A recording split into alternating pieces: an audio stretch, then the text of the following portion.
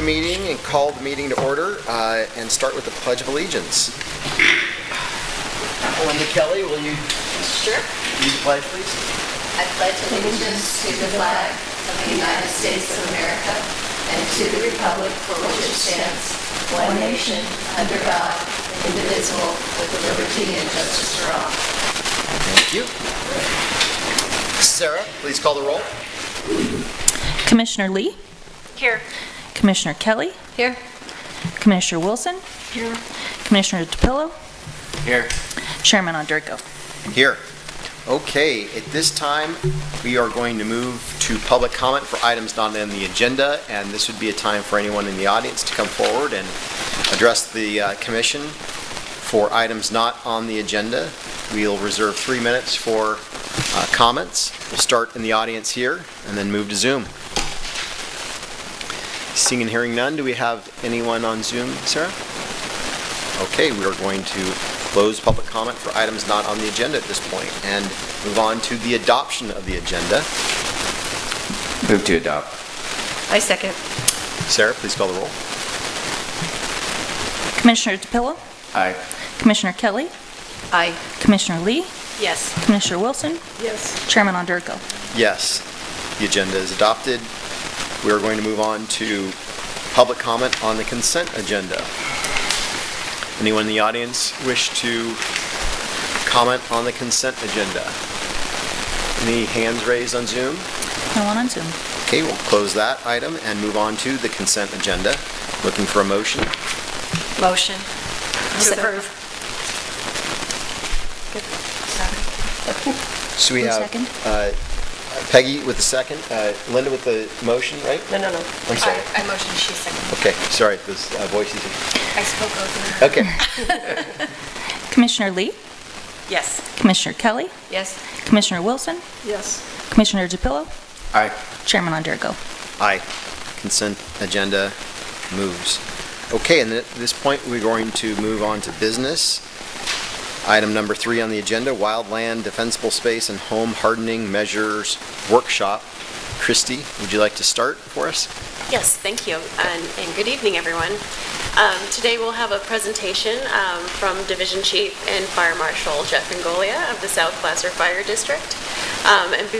He'll be presenting on wildland defensible space and home hardening measures. And before we get to that, I wanted to talk a little bit about our local responsibility area fire hazard severity zone maps, which were prepared this year by the State Office of the Fire Marshal. So we've had the maps before. The new maps include changes as to which properties are located within a listed zone. The maps classify 1,888 acres as high fire hazard severity zone and 1,143 acres as moderate fire hazard severity zone. And then, as you'll see, I have a little presentation there. So the maps have been around since the 90s as a response to the Oakland Hills fire. The California Office of the State Fire Marshal updated the state's maps this year, and the maps are updated to reflect the zones in California that are susceptible to wildfire by incorporating new science and local climate data and improved fire assessment modeling. So state law requires the town adopt the maps by ordinance. Previously, only areas that were with a very high fire hazard severity zone were required to adopt the maps, but now the maps with moderate or greater are required to be adopted by ordinance. The maps associated with the ordinance were adopted by the Town Council on August 12th of this year. And the new ordinance enacts the Loomis Municipal Code, Title 7, Health and Safety, Chapter 7.30, Fire Hazard Severity Zones. So you'll see on the screen there is a map showing the new zones. The new maps expanded the area designated within high fire hazard severity zones, but decreased the total area within a fire hazard severity zone from the previous version of the map. There are no very high fire hazard severity zones in Loomis.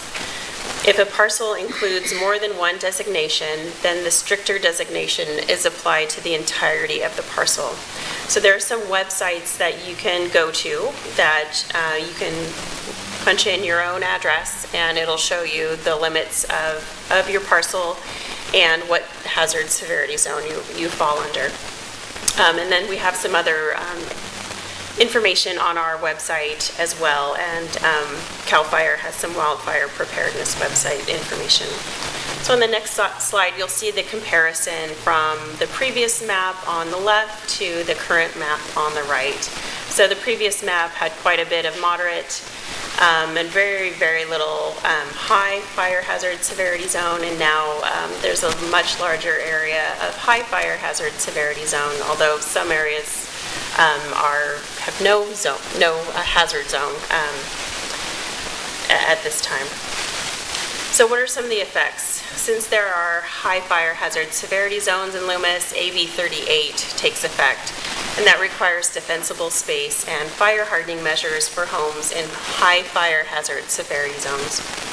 So property owners can plan for defensible space and home improvements to improve fire safety and potentially reduce their risks. Property owners will be required to disclose the fire hazard severity zone designation on the property during real estate transactions. So when selling the property in a high fire hazard severity zone, owners must also provide documentation of compliance with defensible space requirements by requesting an inspection from the fire district or disclosing that an inspection has not occurred. New construction on properties in the high fire hazard severity zone may need to comply with additional building safety requirements, such as the Wildland Urban Interface Building Codes and fire hardening measures. So what are some of the implications for landowners? In terms of awareness and risk identification, property owners can use the maps to understand their risk a little better. High and moderate zones are now more clearly defined. So the maps are clearer and more easily read. The insurance considerations include, insurance companies are increasingly relying on wildfire risk models. This is one of many tools that they use. It's not the only tool, but it does come into play. We are told that the maps will not affect insurance rates, but it is a tool that they do use. The California Fair Plan remains a safety net option for those unable to obtain insurance elsewhere. And then fire district requirements, defensible space, there's fire safe construction standards and requirements or assessments, as well as some vegetation management that should occur.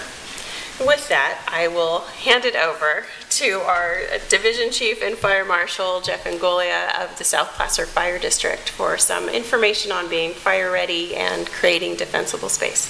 Thank you, Christy. I appreciate that. That's a wonderful lead-in to what I'm going to talk about tonight. I appreciate the opportunity to speak with you. Thank you, Christy. Thank you, Planning Commission, Sarah as well. And appreciate the members of the audience that showed up and people that are online. As Christy said, I'm a division chief with South Placer Fire District. I run our fire prevention division, which is our inspection side of the fire district. I also run our fire investigation team, so we kind of go after the effect and try to figure out what happened. And then, because they think maybe I don't have enough on my plate, they gave me all of our facilities. So I run 6 fire stations that are constantly having a toilet that clogs, or a light that doesn't work, or an AC that doesn't kick on. So needless to say, I'm rarely bored, not to mention, meeting with the members of the community and trying to keep everything safe. But I enjoy what I do. I got in the fire service 31 years ago, which I think means I'm getting pretty close to retirement, to help people. And so obviously during an emergency, that's our primary concern, is to help individuals, but also too in this setting, which is obviously a lot less chaotic. It's nice to be able to help the community and just kind of give some tips, some tricks, some ways of taking care of your property, and maybe give you some things to think about that you haven't in the past. So I appreciate the opportunity to do this. I'll start my introduction or my presentation off by saying what's showing on my slide here. We are ready. Are you? So members of the commission, audience members, you may not have a solid answer for that question, but I'm hoping that by the time I get to the end of my presentation that you will have a better answer for that if you're struggling a little bit right now. So our guys have prepared, they started preparing in the spring for the wildland season. We're getting into September, which is, I think, the most dangerous month because everything has been dry for the longest. There's a lot of attention given at the beginning of summer because everyone's hypersensitive about it. And kind of when we get to this point, if we haven't had any fires in our local area, I think people tend to get a little bit lax. We're kind of coming on to a really difficult time right here at the end. You can see there's fires burning in Fresno and Napa right now, and so this is kind of typical of what we see in California. And so our guys are prepared for this, but we're only so many people. We're only so many fire engines. There's only so much resources that we have to go around. So what we want to do is impart knowledge onto the community members of how you can take care of your own space to make it better prepared so you can survive a situation without any intervention from us. So tonight we're going to talk about wildland defensible space and home hardening. That's going to be our focus. Next slide. And what we'll be covering is we're going to talk a little bit about fire dynamics at the beginning, kind of just how fire works, a little bit of a review. We're going to talk about a term called WUI, which does not mean yay, WUI. It's not that kind of thing. But you may have heard that term, and we'll go over what that means and how it relates to us. We're going to define and demonstrate effective defensible space on a property, some practical applications on how to make your home what we call fire-wise, and then a little bit on what is this term home hardening, what does it mean, and how is it accomplished. So a little bit on fire dynamics. When you think about fire, you have, for a fire to occur and to be sustained, you need a fuel source and a heat source. You can have as much fuel as you want and as much heat as you want. If you keep the two separated, we're not going to have a fire event. As soon as the two come together, that's when we're going to have a problem. And the more fuel there is, the longer the fire will burn, the hotter it will burn. So what we're trying to do, obviously, in the fire service is we want to stop that fire spread. So we're going to interrupt that chain of progression. The picture right here, oh, sorry, got you a little too soon on that one.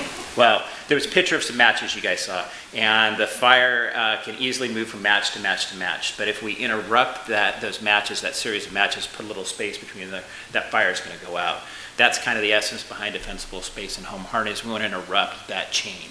So moving on, term WUI. So it stands for Wildland Urban Interface, and it's simply put the zone where natural space and development meet.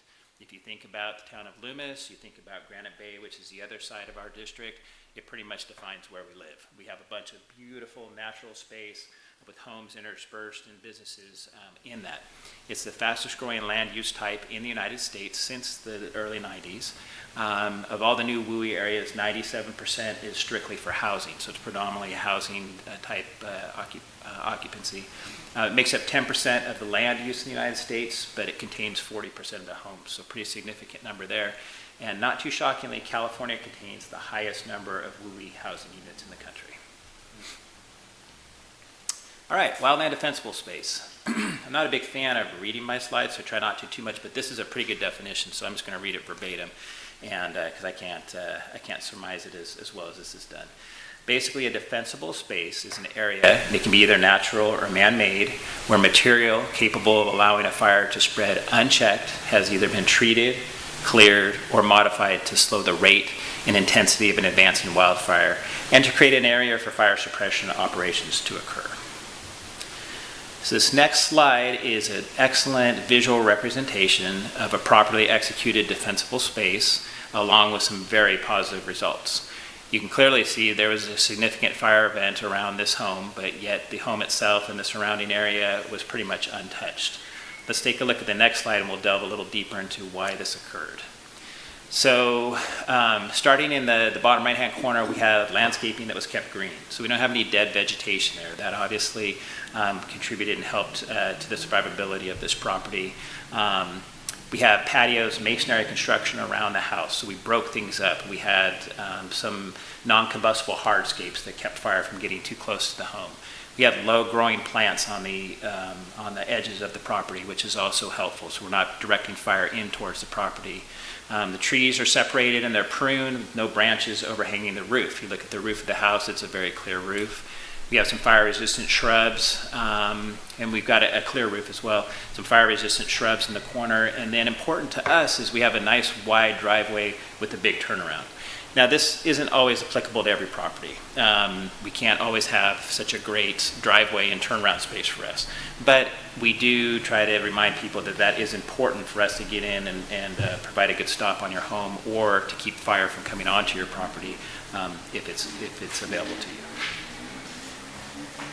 So some key points for creating and maintaining defensible space. So we're going to define the defensible space. There's 3 zones that make that up, and we'll go over those in detail. We're going to break things up a little bit on the property. We're going to eliminate what we call ladder fuels. We're going to keep things lean, clean, and green. We're going to then talk about maintaining that space after it's created.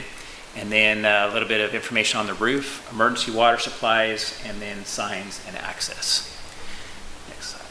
So I'm going to go over the defensible space requirements right now. There's going to be a lot of facts and figures, numbers, feet, zones, different things like that.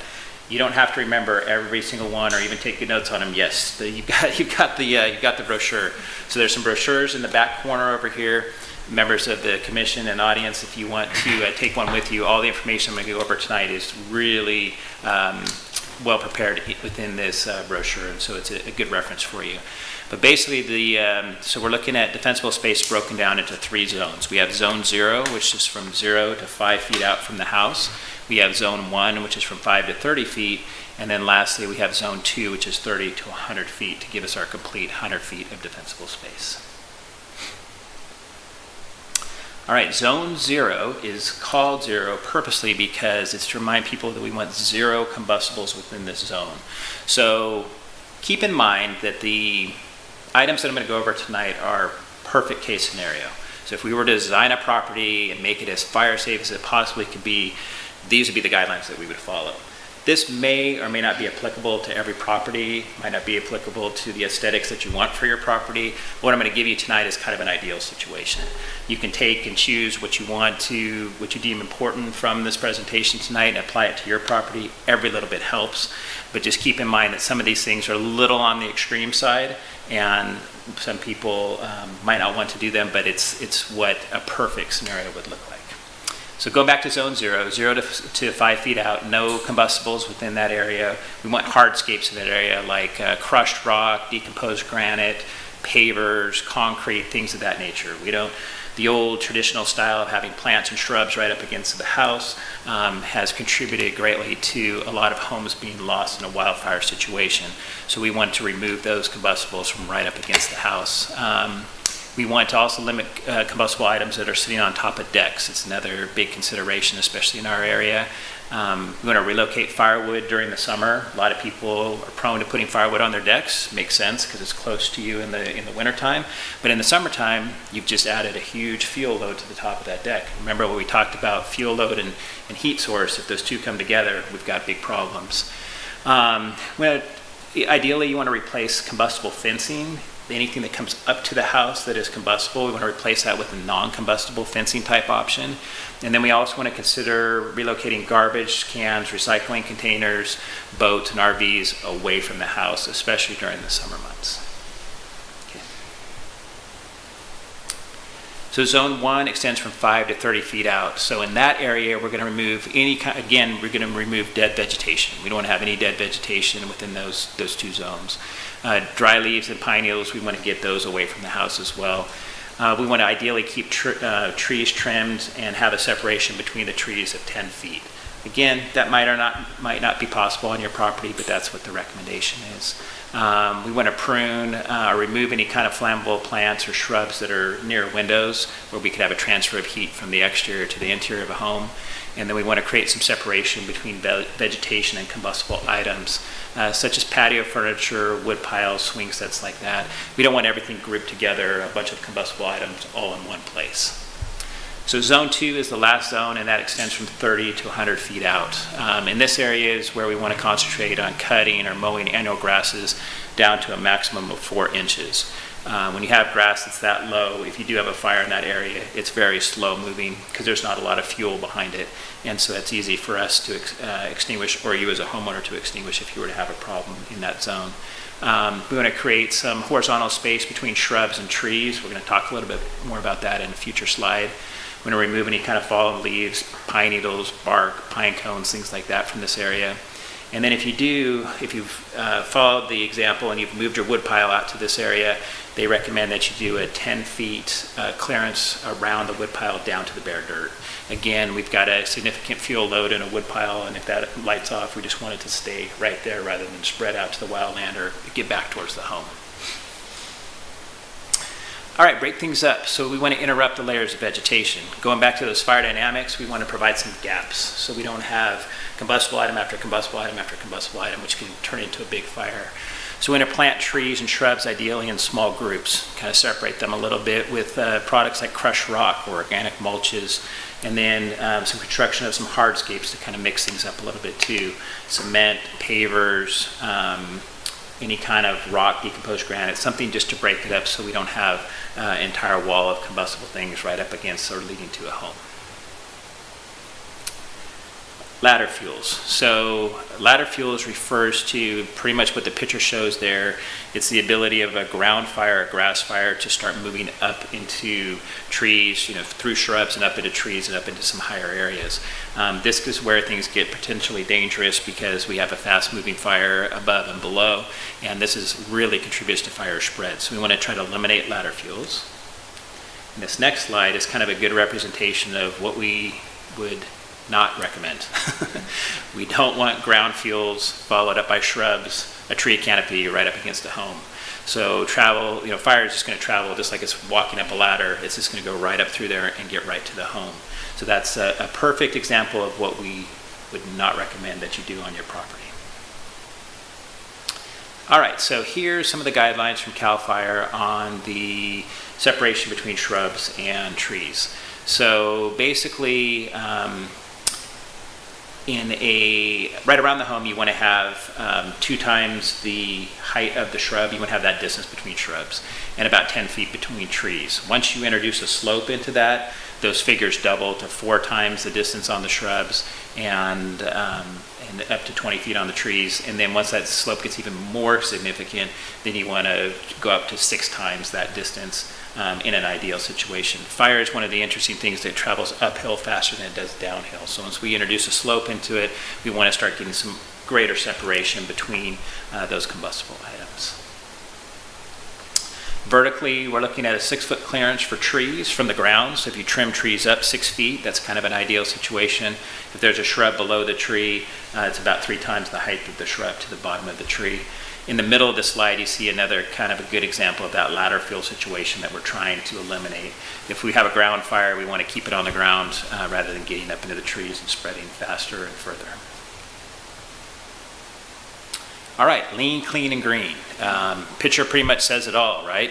You look at the picture, it's very lean. We don't have a lot of flammable vegetation in this area. It's clean. We're not seeing any kind of debris. We're not seeing any dead vegetation. It's very well kept.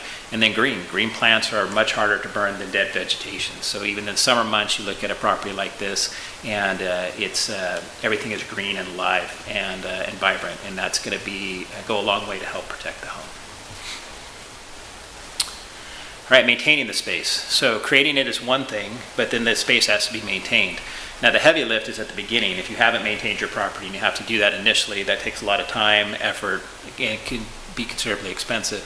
But once it's done, then it's prudent to have that space maintained. So we recommend that you review your defensible space annually just to maintain safety. Obviously in the spring is kind of a good time to take a look at that and see where things are and get the property ready.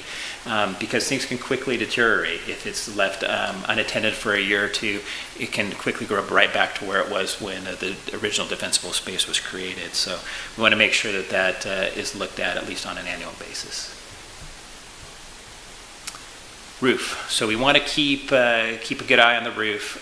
We get a large accumulation of pine needles, leaves, things like that tend to collect on a roof. And in a wildfire situation, we're seeing that embers sometimes are cast quarter mile, half a mile, even 1 mile away from the actual fire front. And that's where it's becoming really increasingly important to have a good defensible space or home hardening on your home, because your home may catch fire long before the main fire even reaches it. And one of the ways it does that is by debris on the roof. So we recommend that you take a look at that at least twice a year. I always say spring and fall are probably the best times to look at that. If you have chimney, obviously you need to have a spark arrestor on there. If you have flammable shingles, which I'd be shocked if you do, you need to replace that with some sort of fireproof resistant type. And then we want to remove any kind of buildup from the roof. Leaf blower works wonders up there to blow things off. And then keep gutters clear as well. And we'll talk a little bit more about gutters here in a minute. Emergency water supplies. So a lot of times we'll get asked by members of the community if they can provide an emergency water supply for us to use. And the answer is yes, we would love that. But if you do decide to go that route or you want to explore those options, all that we ask is that the fire district is contacted first. There's some important considerations with an emergency water supply. We need to have, first off, good identification. We need to know what that tank is. So we need to think about guys responding to this property that have never been there before. It's 2 a.m. on a rainy January afternoon or evening, morning rather, sorry. That was 2 a.m. I said, right? And you don't want an unlabeled tank. They're not going to know what it is. They're not going to use it. You also need to know what type of connection we use so that the proper connection is put on the tank so that we can actually use it. And then it needs to be located on a portion of the property where we can actually get to it. So we do have occasionally people come in and provide some sort of emergency water supply, but keep in mind we do bring our own. We have tanks on our engines, 750 gallons, and then we have a 5,000 gallon water tender, but we'll take all the help we can get. So all we ask is the community contact us first. Signs and access. So keep in mind for a proper access for us to get to a home, we need 15 feet of vertical clearance above our fire engine. That's to keep it safe and to keep it so that we can move quickly through that driveway. Now we're looking at the width of the driveway in a minimum of 12 feet. So if we have any kind of branches or trees or shrubs or anything that's encroaching into that area on either the sides or the top within those dimensions, those need to be removed. What that's going to allow us to do is to get into your property safely without damaging our equipment, but also allow us to drive through much quicker and get the help that you need. So keep in mind this also applies to medical aids, which is the majority of our response in our area. And so take a look at your access and assess whether or not a fire engine can get through there. They're not very small. They're big pieces of equipment. We carry a lot of items on there so that we're well prepared, but we need some space to do that. Ideally, having two ways in and out is great. Some properties allow for that, others don't. So it just depends on how yours is configured. But having alternate ingress and egress routes is helpful as well. And then we want to make sure that your address is clearly posted. So I think in our area, I'd say overall, probably 90% of properties do an excellent job of making sure their address is out there. The quicker that we can locate your home, the quicker we can provide assistance.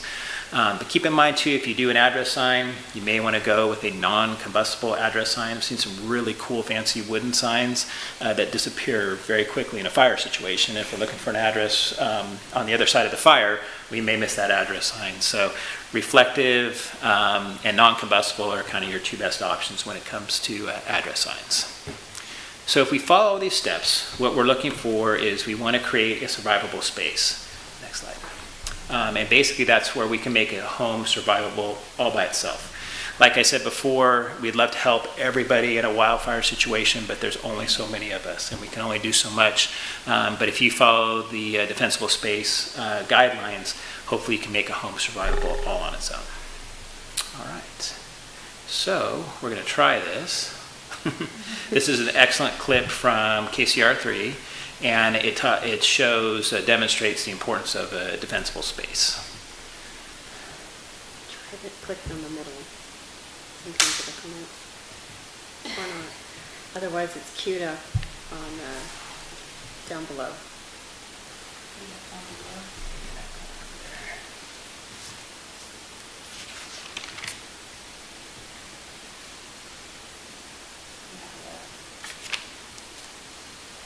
Go into that,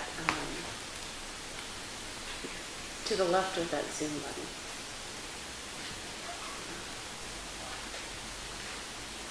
And it's gone. Oh, because we had to restart. Yeah.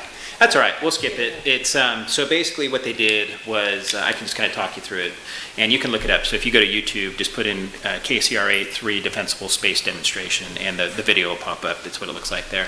So they built these two structures that are kind of simulated what a home would be. They're wood siding, non-combustible roofs. And on one side, on the left side, we kind of have traditional landscaping, traditional fencing. On the other side, we have the proper zone zero. We have non-combustible fencing. They introduced some embers into the area and then used those large fans to then blow against those embers. And the results are pretty striking. I believe, I don't want to misquote the timelines, but within several minutes, the structure on the left was completely engulfed in flames, and in a matter of about 5 minutes, it was gone. The one on the right never ignited. So it's a pretty dramatic way to kind of visually show how important that defensible space is and what a difference it makes in the real world. So I encourage you to look that up on YouTube, and I apologize that it wasn't working tonight. One of these days we'll actually get that up and running properly, but it's all good. All right, next slide. So we're going to talk about home hardening. Basically, home hardening addresses the most vulnerable components of your house with building materials and installation techniques that increase resistance to heat, flames, and embers that accompany most wildfires. So some of the areas that we're going to concentrate on tonight are roofs, gutters, eaves, vents, siding, skylights, windows, decks, garages, and fences. All the important parts on the exterior of a home. All right, so starting with the roof, obviously it's a large area, and that's a problem area when it comes to embers. So embers are landing on the roof. Like we talked about before, if there's combustible items on the roof, there's a good chance that those items will ignite. If gutters are filled with leaves and branches and stuff like that, they can ignite and get that roof going. And once we have a roof fire, it pretty much gets into the attic space, and that's pretty much the end of it for that house. So the roof is very important. We want to remove all combustible vegetation from there. We want to replace it with a Class A roof. So that'd be comp shingles or a metal roof or a tile roof, something of that nature that's non-combustible. And then we also want to go in and fill in any gaps or voids that are created, such as like a metal roof. The picture on the left kind of shows that there can be some gaps. We don't want to have any place for an ember can go in there and kind of smolder and work its way into a fire. It's important if your roof is being redone that we have some all the proper underlayments that go underneath the roof need to be installed so that you get that good protection layer and that fire barrier on the roof. These are just kind of be covered kind of briefly. Obviously, we could go in depth and into a great amount of detail, and Christy said it had to be done by midnight, so I'm just teasing. But this is kind of a brief overview. If you have more questions on it, you can always contact me, or you can do a little bit of research online, but this just kind of gives you an idea of why it's important in the areas to concentrate on. So again, keeping with the roof, some considerations are where we have the horizontal part of the roof meets the vertical part of subsiding. We want to kind of concentrate on that area. Some people will put non-combustible siding where those two things come together. That way, if there is a small debris fire on the roof, it's not getting into the siding area of the house. Putting some flashing down in that area, 6-inch flashing, is also kind of a good way to keep fire from spreading from the roof to the more vertical section of a wall that kind of butts up against there. But obviously, keeping the area free of debris is the best and most low-cost option to do that. All right, gutters. So picture on the right is a classic example. I see it quite often now, surprisingly. A lot of times I've gone to places and seen some rather interesting vegetation growing rather well out of the gutter. It's not a good plan when it comes to defensible space. Think about a campfire. If you were trying to start a campfire, you would, you have your fire pit, of course, and then you would take all the stuff you see on that picture on the right, you put it in the campfire with some wood to get it going. So having that stored on your roof right next to your shingles and your gutter is not a good option. If ember does land in there, that stuff ignites, and even though there's a comp roof on there, it can get in that little edge where the roof meets the gutter line. If you can get in there and get a little bit of wood going, it's kind of off to the races. So it's really important that area is kept clean. Gutter guards have become really popular over the last probably decade or so. There's lots of companies that offer those up, and so that's a viable option of keeping your gutters clean and kind of make it a little bit easier on the maintenance side. All right, eaves. So traditional style eaves, 80s, 90s, 70s kind of stuff is pictured on the left. So it's an open eave. This is the area where the roof kind of overhangs the side of the house. And you've got some exposed 2x4s or 2x6s underneath there. And you have some venting that is more of a on the side of the house. If you look at the picture on the right, that's kind of a picture of more what modern eaves look like. So they're boxed in, and the venting is now moved to the underside of the eave rather than on the side of the house. What that means is that if we do have embers that are coming towards that house and blowing up against it, they don't have the opportunity to blow in through those vent holes and into the attic space. They would actually have to go underneath the eave, through the vent, and then travel horizontally over to the attic, and that's just not going to happen. So it's kind of an easy fix, relatively inexpensive to have those eaves boxed in, and that can make a big difference. It also allows better heat dispersion, doesn't allow heat to kind of accumulate underneath those eaves, so that is helpful in that area as well for preventing the siding from catching fire. All right, vents. So if you don't remember anything I say tonight and you want to upgrade your house, this is the one item that I would say concentrate on. It's a relatively inexpensive thing to fix, and it is crucial in protecting your home. So there's two types of vents on the home. There's an attic vent, which if you go home, you look up in that eave area, you'll see those every so often, and that's to enable your attic to breathe, so we don't seal everything up. If you're on a raised foundation, you'll have foundation vents, which allows airflow underneath the home. Old style steel mesh that was on those vents was 1/4 inch and sometimes bigger mesh wire. It was predominantly designed to keep rodents from coming into your attic or getting underneath your home. Well, what we've discovered over the years is embers love to go crashing into those vents, and when you have 1/4 inch openings, it just breaks apart and goes right into your attic space. So we have all those nice little embers sitting in there, on that extremely dry wood, and it can get your attic ignited, or it can get the area underneath the home ignited. So modern technology, there's a company, this is by no means an endorsement of this company, but they're one of the main ones and one of the best out there, a company called Vulcan. And they created a vent replacement cover. So I have one here, and there are several on the table that are over here as well. So feel free to take a look at them. What this cover has on it is there's actually like a honeycomb mesh in here, and you'll see that on the table. And that honeycomb is very hard for an ember to travel through. And on top of that, you have a steel mesh that's 1/16 of an inch, so it's a much smaller opening. So the ember has to go through the mesh and through the honeycomb to get to the other side. Then we have another layer of mesh on this backside too. So it's very difficult for an ember to work all the way through there and effectively get into the attic space. So these come in many different sizes, shapes, for all the different applications on a home and different types of venting. And so it's a pretty easy replacement. Insurance companies like these too, so I've talked to members of the community that have replaced their vents in their insurance company, give them a little bit of a break on their insurance. So that can be helpful as well. Vulcan also makes another style of vent that actually, when it's subjected to heat, the honeycomb inside there melts and actually seals up the vent. So if you were to have a fire situation on the side of your house, picture this being on the top, once that fire hits this vent, rather than those flames kind of working their way into your attic space, it actually heats us up and this seals and closes. So that's a really effective way to keep things from getting up into that attic space as well. So something to look into. Again, not an official endorsement, but Homewood is a representative not representative, huh? Distributor. That's the word, thank you. Distributor for Vulcan products and a couple other ones as well, and they're just right there in Rockland, and so they do sell those, or you can look up online, so there's a lot of different options on that, but that's one area that I really recommend very highly. Wildfire situation, embers can't get in there, and or any kind of exterior fire that you have, it won't get up into the attic space. Keep in mind too, as you're storing things around your property, you don't want to store things below the attic vents or next to your foundation vents. I can't tell you how many times I've been on a fire where we have a trash can fire due to kind of spontaneous combustion from grass clippings or trees and shrub trimmings that are in there.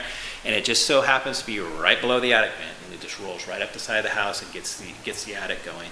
And something as simple as moving that trash can away from the side of the house would have been a trash can fire instead of a fully involved house fire. So keep that in mind, that you want to kind of keep those areas clear, in addition to updating them with some modern vent covers. Siding. So non-combustible siding is the way to go.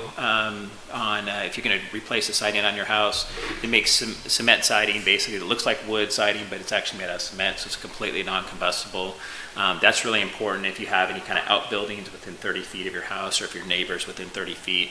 You want to protect your home from that radiant heat that could come if another house was on fire. We also, when it comes to siding, we maintain that zone 0, that we don't have anything right up against the siding. That helps that do a lot better.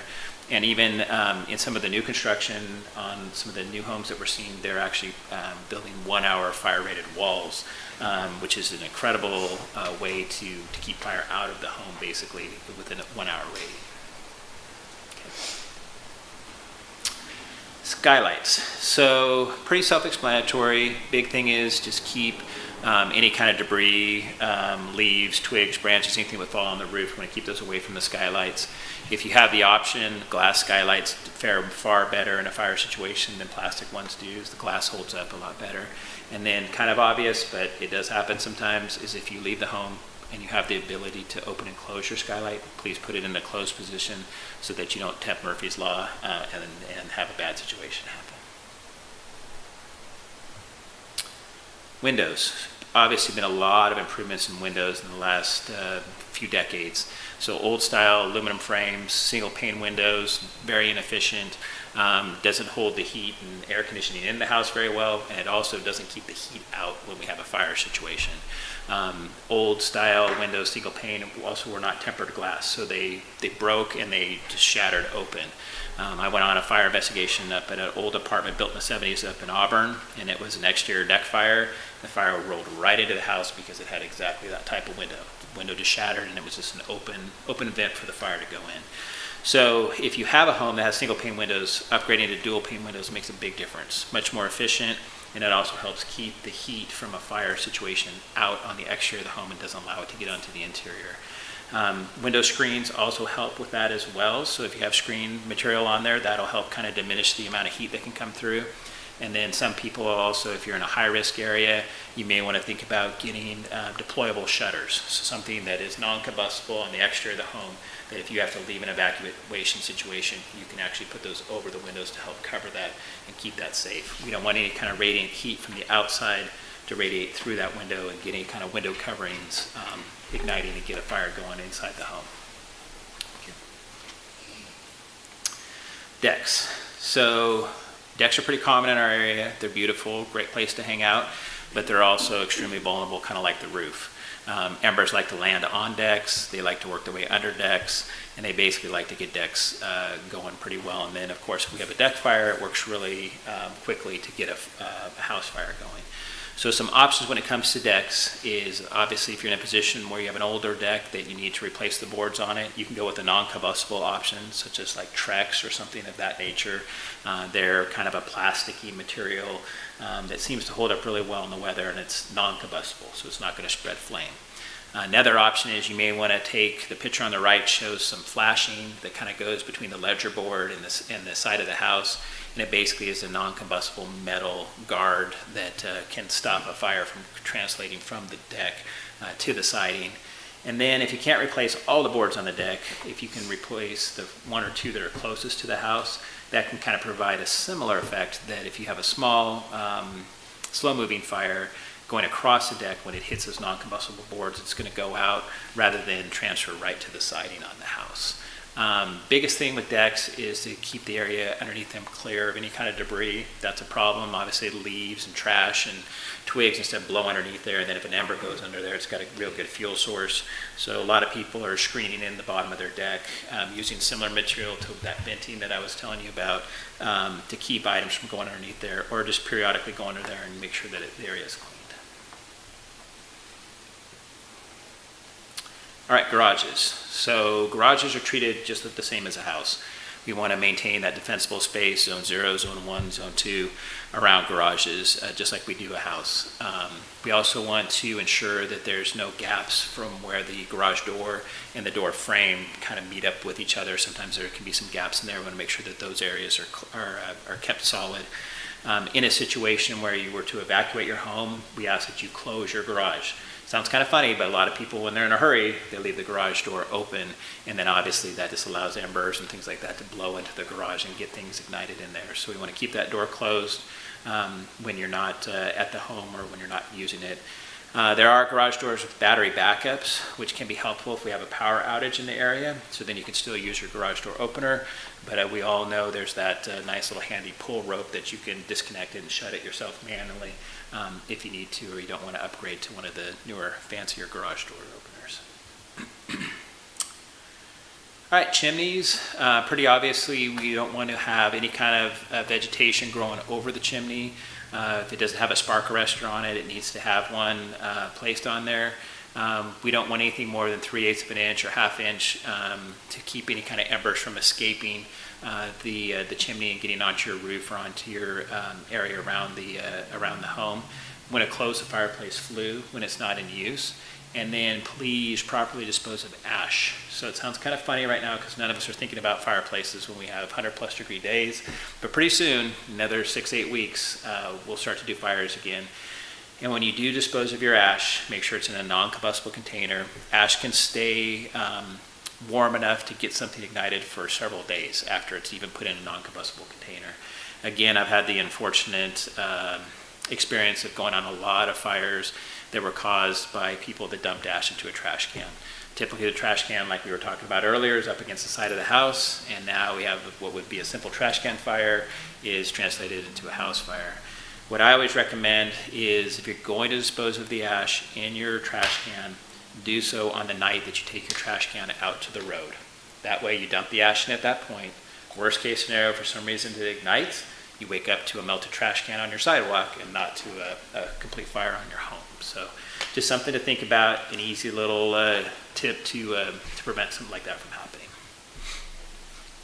All right, last item, fences. So if you think back to that picture at the very beginning that we saw briefly, we got the row of matches, right? Well, if you look at the fence board, it kind of mimics that row of matches. And then so if we do have a situation where fire is traveling from a wildland area to a fence, kind of the fence leads right up to the house. And if the fence is touching the house, it can transfer the fire from the fence to the siding and get into the house, and then we have bad scenario there. So the recommendation is within 5 feet of the house to remove any kind of combustible fencing and replace it with non-combustible fencing. So some sort of wood alternative or iron or chain link or something of that nature can kind of, again, interrupt that progression of the fire and stop it from before it actually reaches your house.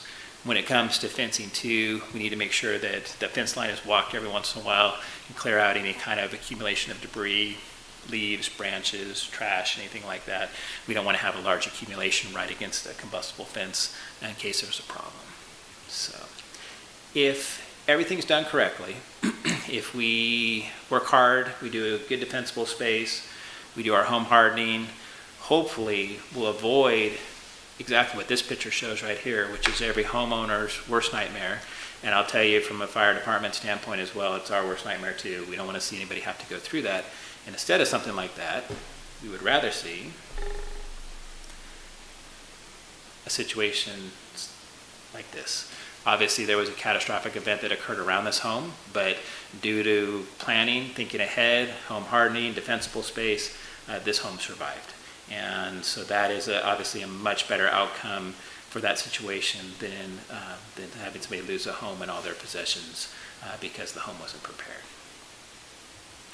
So with that, it's the end of my formal presentation, and I just would like to then pose the question that I did at the very beginning. We, again, are ready.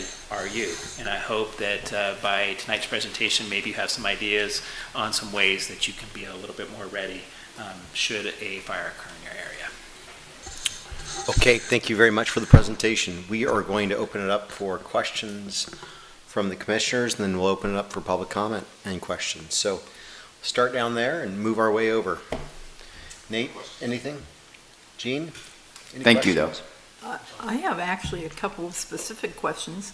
We're out in the country here, have a lot of oak trees, and we have, every year or two, we have the county chipper program come out, which is really helpful. Absolutely. The chips make a really nice path, but I'm wondering now, is that not a good idea to use wood mulch chips for paths? So again, I would say as long as it's kept out in that zone 2 area away from the house, then that's kind of a nice little decorative way. It's also a good weed barrier, so a lot of people like to use those chips for that. But traditionally, what people have done with those chips is they've kind of put them right in zone 0, right along the edges of their house, and that it really is a dangerous situation. So think about lighting a log on fire. If you were just trying to light a log on fire, it'd be kind of tough. You'd have to leave a flame there for a long time versus, say, a piece of paper. Obviously, it's much thinner, much less surface area. It's going to ignite much easier. Chips are kind of the same way. So in some ways, they're even a little more dangerous than like a downed tree. Once it's chipped, if it's up against your home, it has a real good ability to ignite and sustain combustion. So I would say when used properly away from the home, it's okay, but I wouldn't put them close to the home. Okay. Thanks for explaining WUI, because we've been looking into some decking material and it mentioned fire advantage. WUI fired, but it didn't explain what that was. It's kind of a funny word. If you don't know what it means, you're like, what is it? So the material we're looking at is an all PVC instead of a composite like most Trex. Is that a better product actually fire-wise, or does it not make much difference? I think they're very similar. So the important part is that with composite or all PVC is it's not going to sustain combustion. So you can put a direct flame up to it and it's going to char it, it's going to melt it, it's not going to, it's not going to survive it, but it's not going to, once you pull that flame away, it's not going to sustain combustion, it's not going to keep burning. Where obviously any kind of wood, redwood decking or anything like that, you do the same situation, it's going to support the flame and spread it. So any type of non-combustible, WUI compliant decking material, whether that be Trex or all PVC, are all going to be far superior to wood, and I think they're all pretty similar. It just kind of matters what your price point is. And my third question is, if you want to screen under the deck for embers, what size mesh or whatever? So same thing like we talked about with the venting, nothing more than 1/4 inch. Okay. So what a lot of people do is pretty common. If you have a raised deck, a lot of people put the lattice material, the redwood lattice or painted lattice to kind of provide a barrier, which is a little more decorative than screening. But then what I always recommend is attach the screening to the back side of that. So then from the exterior, from the outside, you're looking at it, it's got the lattice look that a lot of people like, but then you have that area of the screening that's behind it that's going to keep embers from going underneath. But don't put a wood lattice. Pardon? But don't put a wood lattice. Yeah, I mean, non-wood would be better, but screening behind it is okay. Okay, thank you. You're welcome. I have another question, so thank you, very informative. Sure. I have a quick one. Sure. My dad was a firefighter, and I've been around fire all my life. And I think you mentioned the Oakland Hills. The scary part about the Oakland Hills thing is that people just couldn't get out. Right. And when we see more acreage in Loomis that is now at least high fire, and we have a lot of railroad tracks that run through and spaces, are there plans for, and are residents aware of, would they have quick access to how to get out and how not to, what are the plans if worst case scenario happens and we get a wildfire down here, what happens? Absolutely. It's a great question, and it's something that we've addressed over the last couple of years. So I'm proud to say we partner very well with Placer County Sheriff's Department. We work hand in hand with them, and they have really stepped up to assist us in that type of situation.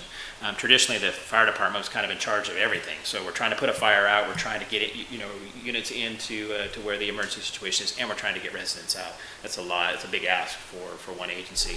And so our partnership with Placer County Sheriff's is that we will mitigate the emergency and focus our efforts on that while they perform evacuations. So what I always recommend to people is Placer Alert is an excellent resource.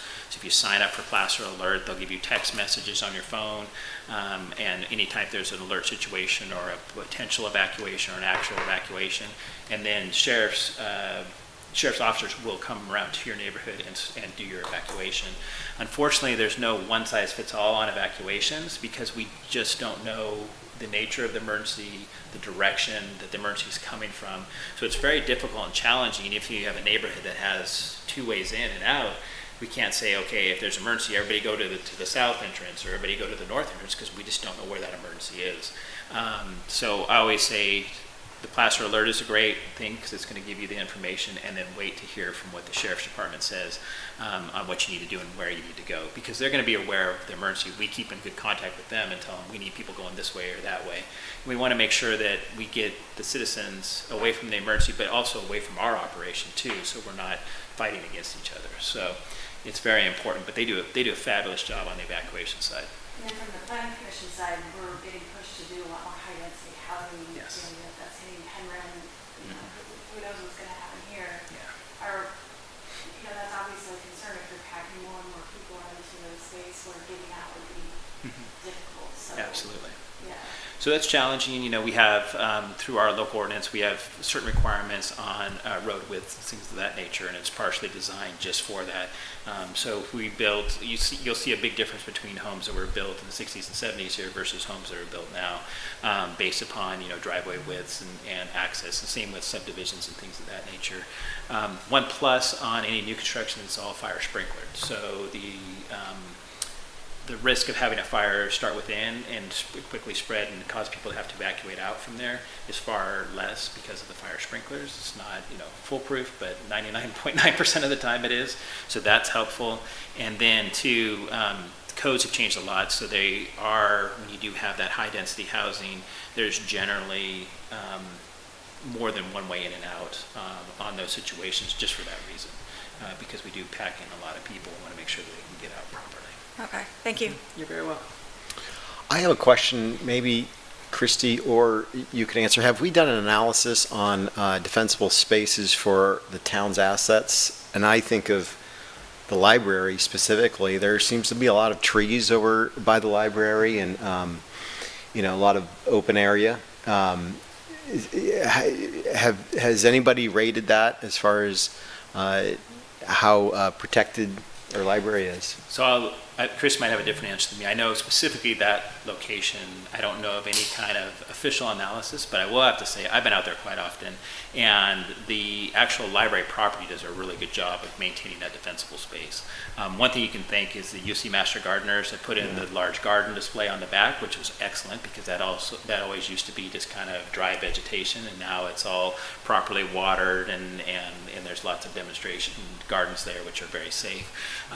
The areas that are around the library are privately owned, and the town does a really good job. I work hand in hand with Carol Parker to make sure that those parcels are maintained with the defensible space requirements, at least mowing on the edges, you know, fire breaks, providing those sort of things. So in general, that particular property is pretty well maintained.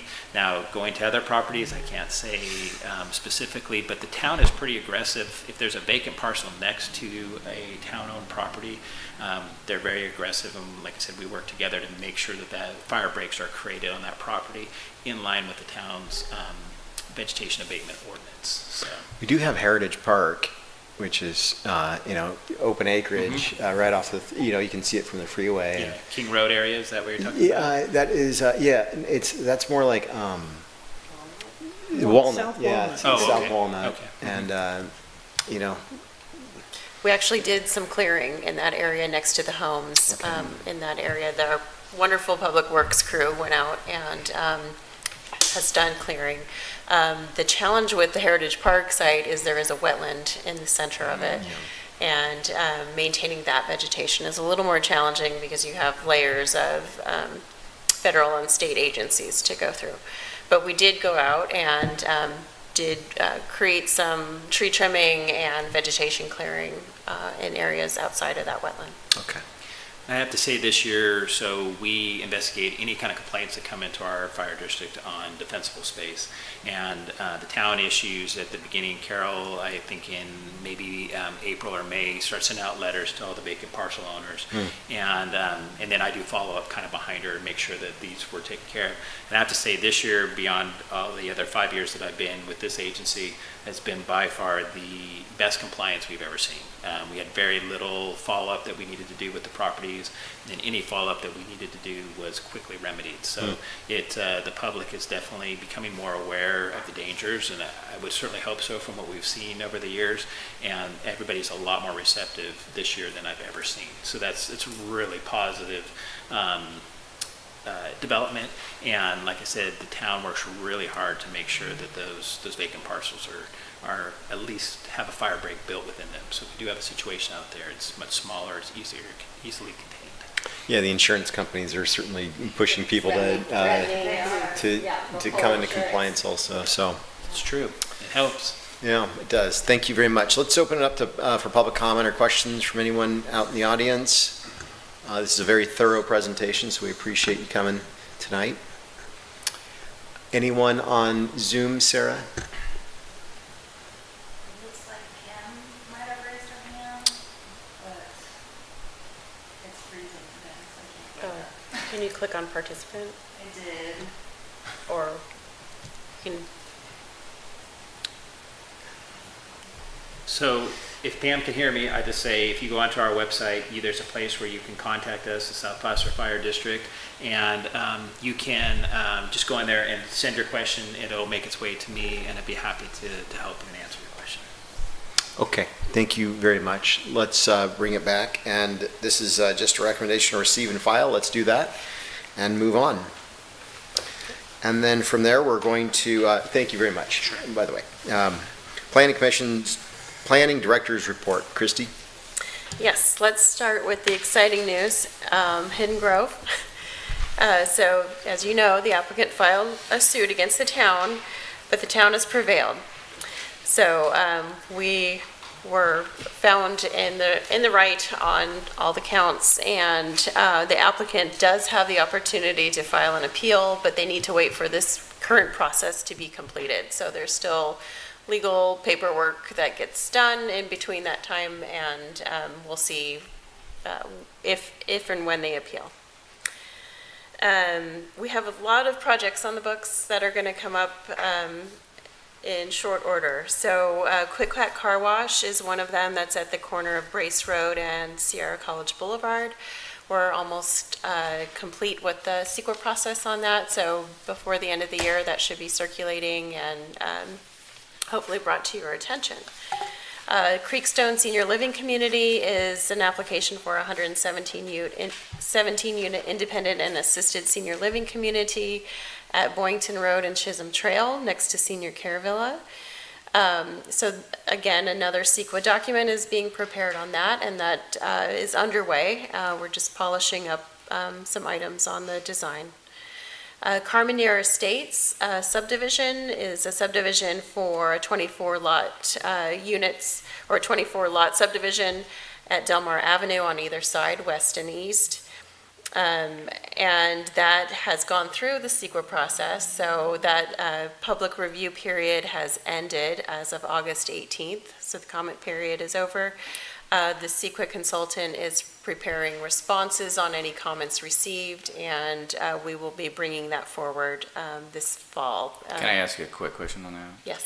I think there was a situation with the water issue back there off Del Mar. Has that any been addressed about getting water back there, working with Placer County? Yeah. With Placer County Water I think Agency? so, yeah, because building those I mean, there was a lot of Yeah, so questions around that. the project includes a connection. There's two zones, pressure zones in that area, ending on each side of the project. And so what the project would do with the implementation of the project, it'll connect that and make a continuous service. Okay, makes sense, thank you. And then, where was I? Harvest Oak subdivision. That is a subdivision for a 13-lot subdivision with on two parcels at Brace and Stone Road. Staff is working with the applicant on their design. Bankhead 2 subdivision is a 16-lot subdivision on the east side of Bankhead, north of Sierra College Boulevard, so sort of across from Sundance Court. We're working with them as well on their project submittal, and that'll be coming forward in the future. The Reserve subdivision is a 20-lot, 1-acre lot subdivision at Rockland and Barton Roads. We are working with a CEQA consultant on this project. They will be preparing a modified CEQA checklist under CEQA section 15183. So it analyzes the project in relation to site-specific impacts not addressed by the general plan EIR. And that will be coming forward to your attention in the future. And then we also have Ivan's Recycling, which is an application for a minor use permit and design review for a small recycling facility proposed at the Raleigh Shopping Center parking lot. So we're processing, that's in our latest application that we received that you would be looking at, and that will be brought forward to you in the future. Some miscellaneous odds and ends. The town is hiring a community development director to lead the building, planning, economic development, and code enforcement departments under one community development department. So if you go on our website, you can see an application and job description if you are interested in applying. And then just a heads up that my title is changed from planning director to town planner so that we don't have multiple director positions in the same category.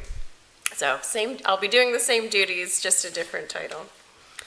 And then we still have our town hall public hours Monday through Thursday with offices closed on Fridays. Please look at our website for helpful information, FAQs, and information on our building department and permitting. And then our next meeting is scheduled for September 25th at 7 p.m. Thank you, Christy. Let's start with commissioner reports, if any. Nate, anything? Jean? No. Ladies? Okay, well, that's it for here tonight, and we're going to adjourn this meeting. Thanks for everyone in the audience for coming and listening, and appreciate everyone who attended to provide the presentation. Good night. Thank you.